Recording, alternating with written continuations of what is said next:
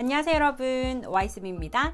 이번 영상은 드디어 Paraphrasing 2편 영상을 준비를 했습니다.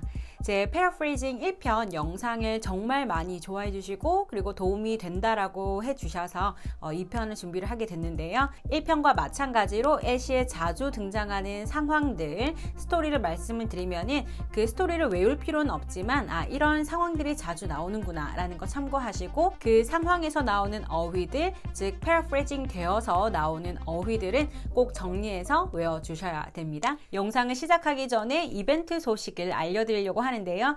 이번에 파고다에서 우리 구독자분들을 위해 파고다 토익 고득점 완성 LCRC 교재를 보내주시기로 하셨습니다. 저희 토익 교재 추천 영상에서 제가 추천을 했었던 교재이기 때문에 저도 이 교재를 나눠 드릴 수 있게 돼서 너무너무 기쁜데요. 제가 교재 추천 영상에서도 언급을 했던 것처럼 이 교재는 저의 강의 교재로도 완벽했지만 독학을 하시는 분들에게도 정말 도움이 될 거예요. Part 5 이론 내용은 기본이고 어휘에서 Part 6, Part 7까지 다루고 있고 실전 문제까지 수록이 되어 있는데요. 고득점 완성이라는 이름을 가지고 있지만 제가 강의를 했을 때도 토익을 처음 치는 학생들도 모두 이 교재로 강의를 듣고 고득점을 받았기 때문에 토익 입문자 분들도 충분히 공부하실 수 있는 정말 잘 만들어진 기본서입니다. 오늘 준비한 Paraphrasing 2편 영상은 파고다 교재에서 참고했고요. 교재에서 더 많은 어휘를 보실 수 있습니다. 이벤트 참여 방법은 아래 더보기란에서 확인하시면 됩니다.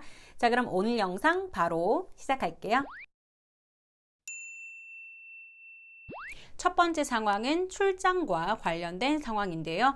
동료가 출장을 간다 또는 출장을 갔다라고 얘기를 하고요. 출장을 갔기 때문에 숙박시설과 그리고 여행 경비에 대한 언급이 나올 수 있기 때문에 이 단어 알고 계셔야 되고요. 그리고 이 출장 비용을 회사가 부담한다, 즉 회사가 내준다라고 언급이 될 수 있고요. 그래서 그것을 상환받을 것이다 라고 나올 수 있기 때문에 이 어휘도 꼭 알고 계셔야 됩니다. 그리고 상환을 받기 위해서 출장에 쓰였던 경비의 영수증을 회사에 제출을 해야 된다라는 내용도 나올 수가 있습니다. 두 번째 상황은 자동차나 컴퓨터와 같은 장비가 고장이 난 상황인데요.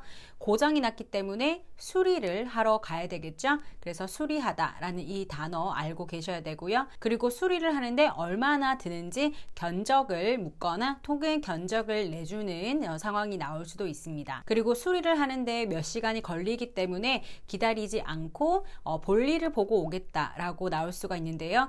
우리가 심부름이라고 알고 있는 이 단어는 은행에 볼일을 보러 가다, 즉 볼일을 보다 라는 의미로 자주 쓰이기 때문에 이 어휘도 꼭 알고 계셔야 되고요. 그리고 나서 다시 돌아오겠다 혹은 연락을 주겠다 라는 상황도 나올 수가 있기 때문에 이 어휘들도 함께 알아두시면 좋습니다. 세 번째 상황에서는 먼저 이 어휘를 알고 계셔야 되는데요. 가판대라는 어휘 꼭 알고 계셔야 되고요. 가판대에서는 잡지나 혹은 신문을 사러 갈 수가 있습니다.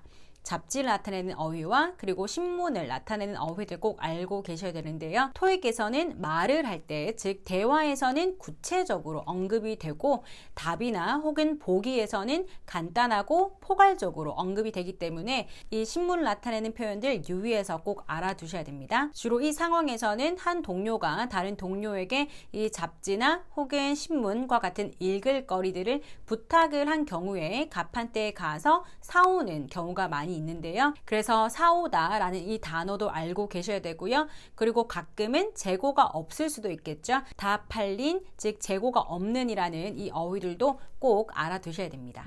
네 번째는 행사와 관련된 상황인데요. 행사도 마찬가지로 구체적인 행사들을 이렇게 이벤트라는 하나의 포괄적인 개념으로 나타낼 수 있기 때문에 이 어휘들 모두 함께 연결해서 외워주시고요.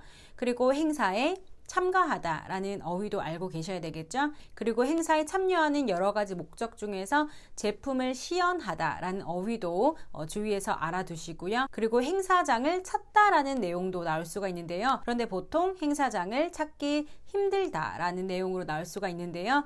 그런 경우에 1층에서 건물 평면도나 혹은 행사장 지도를 참고하세요라는 내용으로 나올 수가 있기 때문에 이 어휘도 함께 알아두시면 좋습니다. 다섯 번째는 공항과 관련된 상황인데요. 주로 공항에서 비행편을 문의하는 경우나 혹은 안내방송과 관련된 문제가 출제될 수 있습니다. 안내방송인 경우에는 공항과 비행기가 보기에 또 나올 수가 있는데요.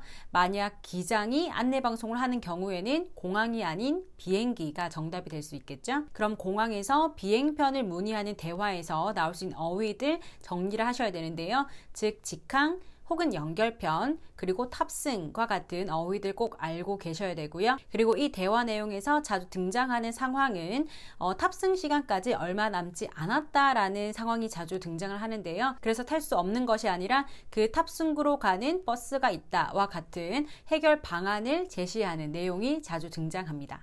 오늘 준비한 내용은 여기까지인데요. 도움이 좀 되셨나요? 영상 보시면서 자주 나오는 상황들 익숙해지시면 좋고 어휘들은 꼭 정리하셔서 외워주셔야 됩니다. 오늘 영상은 여기까지고요. 다음엔 더 도움되는 영상 또 준비해서 오겠습니다. 그럼 우린 다음 영상에서 꼭 만나요. 여러분 안녕.